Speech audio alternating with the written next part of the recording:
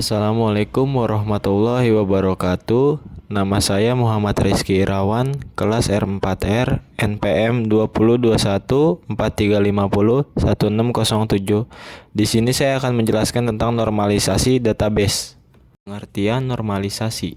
Pengertian normalisasi adalah merupakan sebuah teknik logical design dalam sebuah basis data yang mengelompokkan atribut dari berbagai entitas dalam suatu relasi sehingga membentuk struktur relasi yang baik tanpa redundansi atau pengulangan data, serta sebagian besar ambiguity bisa dihilangkan.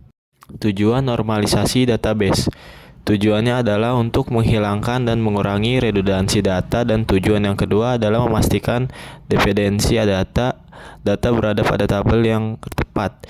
Jika data dalam database tersebut belum dinormalisasikan, maka akan terjadi 3 kemungkinan yang akan merugikan sistem secara keseluruhan. Yang pertama, insert anomaly, situasi di mana tidak memungkinkan memasukkan beberapa jenis data secara langsung di database. Yang kedua, delete anomaly, penghapusan data yang tidak sesuai dengan yang diharapkan, artinya data yang harusnya tidak terhapus mungkin ikut terhapus. Yang ketiga, update anomaly, situasi di mana nilai yang diubah menyebabkan inkonsistensi database, dalam artian data yang diubah tidak sesuai dengan yang diperintahkan atau yang diinginkan. Tahapan normalisasi database. Membicarakan mengenai tahapan normalisasi database, ada beberapa tahap yang penting untuk diketahui, sebab kalian yang ingin melakukan juga harus dilakukan sesuai dengan prosedur yang ada. Dengan begitu, hasil yang kalian dapatkan pastilah lebih maksimal. Tahapan tersebut antara lain: pertama, bentuk tidak normal atau anomalies. Bentuk tidak normal merupakan kumpulan data yang direkam tidak ada keharusan dengan mengikuti suatu format tertentu. Pada bentuk tidak normal terdapat repeating group atau pengulangan grup, sehingga pada kondisi ini data menjadi permasalahan dalam melakukan manipulasi data, insert, update, dan delete, atau biasa disebut anomali. Yang kedua adalah first normal form. 1NF mensyaratkan beberapa kondisi dalam sebuah database. Berikut adalah fungsi dari bentuk normal pertama ini: menghilangkan duplikasi kolom dari tabel yang sama, buat tabel terpisah untuk masing-masing kelompok data terkait, dan mengidentifikasi setiap baris dengan kolom yang unik, primary key. Pada intinya, bentuk normalisasi 1NF ini mengelompokkan beberapa tipe data atau kelompok data yang sejenis agar dapat dipisahkan sehingga anomali data dapat diatasi. Contoh adalah ketika kita ingin menghapus, mengupdate, atau menambahkan data peminjam, maka kita tidak bersinggungan dengan data buku atau data penerbit, sehingga inkonsistensi data dapat mulai dijaga.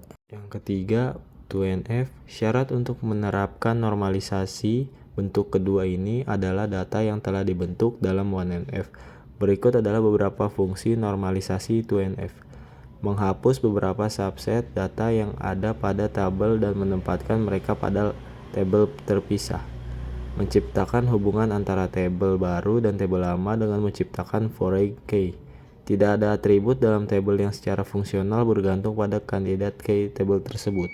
4. 3NF. Pada 3NF tidak diperkenankan adanya partial transitive dependency dalam sebuah tabel. Transitive dependency biasanya terjadi pada tabel hasil relasi atau kondisi di mana terdapat 3 atribut A, B, C. Kondisinya adalah A sama dengan B dan B sama dengan C. Maka dikatakan sebagai transitive dependency terhadap A melalui B.